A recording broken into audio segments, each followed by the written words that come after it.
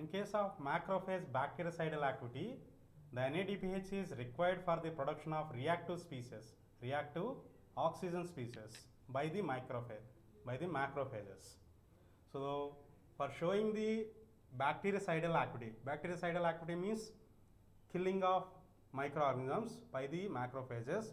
So, for that purpose, the macrophages will require the NADPH to produce the reactive oxygen species. Thereby, the reactive oxygen species will act against to the bacteria, thereby it kills the bacteria. Okay. And coming to the availability of ribose from the HMP shunt. So, the ribose is required to produce the DNA. Ribose and deoxyriboses are required to produce the DNA and RNA.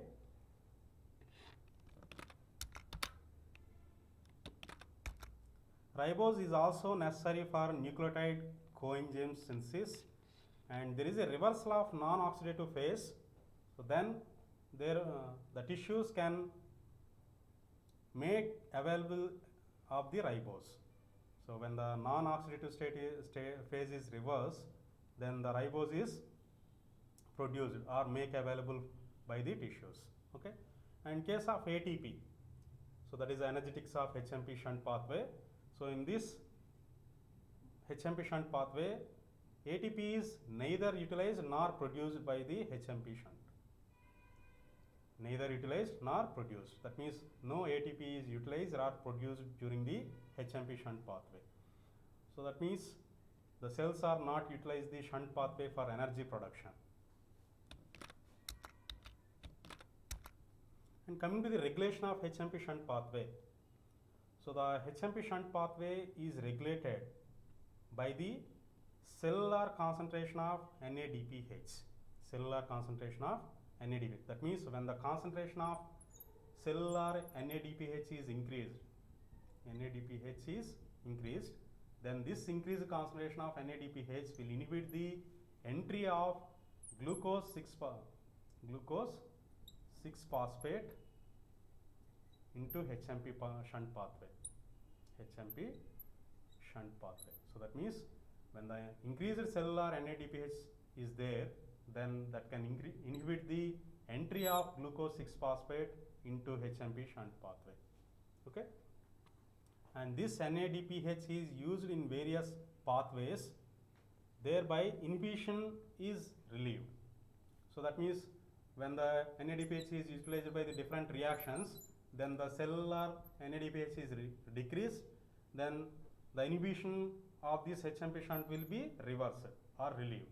Thereby, the glucose is entered into the HMP shunt pathway and NADPH are again produced by this HMP shunt pathway. Okay, that is a controlling system of HMP shunt pathway by the NADPH. So, when the NADPH levels are increased in the cells, then it will stop the HMP shunt pathway. When the NADPH cellular levels are decreased, when it is utilized by the other reactions, then it will start the HMP shunt pathway by entry of glucose 6-phosphate into the HMP shunt pathway, thereby again NADPHs are produced. Okay.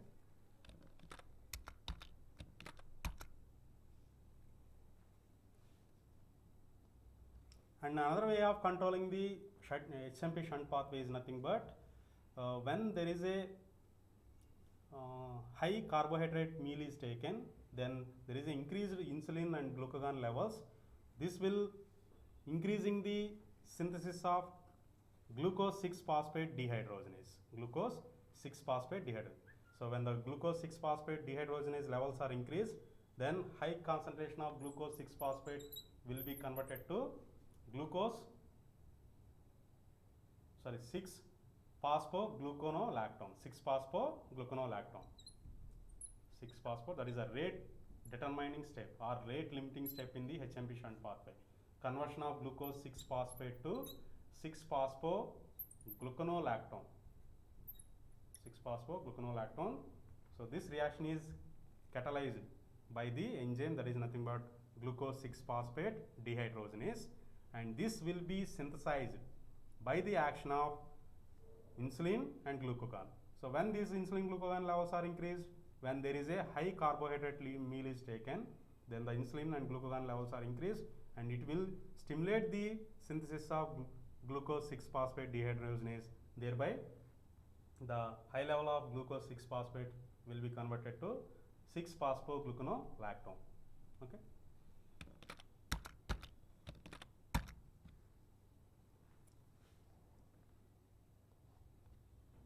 And coming to the deficiency of this glucose 6-phosphodehydrogenase enzyme. So what will happen? So that is nothing but the one type of disorder. So when there is a deficiency of glucose 6-phosphate dehydrogenase enzyme. So it is the one type of inherited sex-linked trait. It is more severe in RBCs. So it is more severe in RBCs.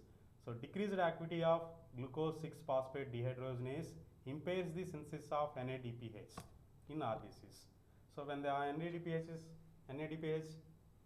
synthesis is decreased, that results to the accumulation of deoxyhemoglobin. Deoxyhemoglobin, that is nothing but the methemoglobin, and there is a accumulation of peroxides, that is nothing but the, what is that?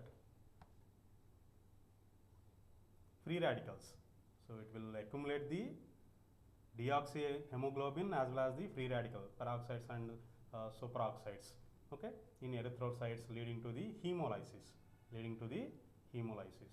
So that is a one type of disorder when there is a deficiency of glucose 6-phosphate dehydrogenase.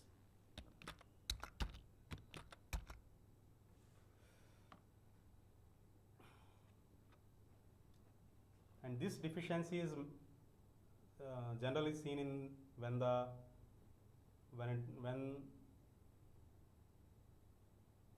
the patients are exposed to these certain drugs or toxins, like intake of anti-malarial drugs like primaquine, or ingestion of fava beans and sulfur drugs. So there is a precipitation of these hemolysis will takes place. So due to the toxic effect of these drugs, so there may be a deficiency in the glucose 6-phosphate dehydrogenase, so that may lead to the hemolysis of RBCs.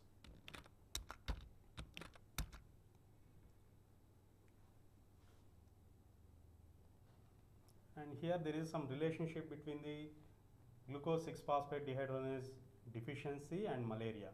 So when there is a deficiency of this glucose 6-phosphate dehydrogenase, so which is associated with the resistance to malaria. So the malaria is generally caused by the Plasmodium infection.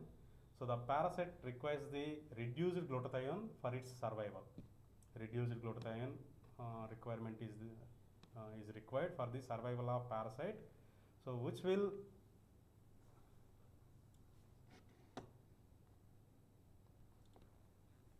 So that means for the survival of parasite, there is a requirement of reduced glutathione.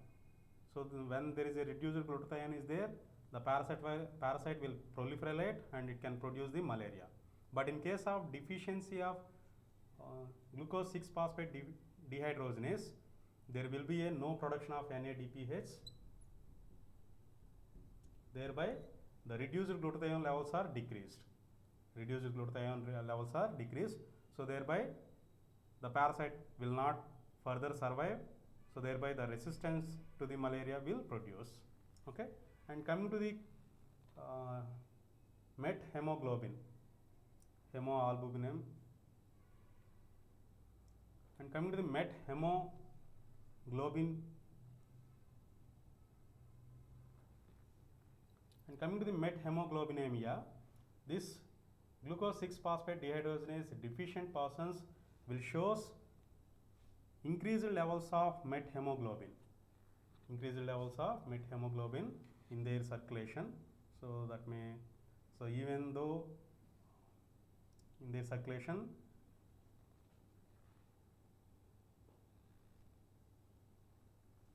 even though cyanosis is not produced. Cyanosis means, so increased levels of deoxyhemoglobin. So without this disease, there is a high levels of deoxyhemoglobin is present due to the deficiency of glucose 6-phosphate dehydrogenase. These are the some disorders associated with the HMP shunt pathway and its reactions. Okay. So by this we completed the HMP shunt pathway. Thank you.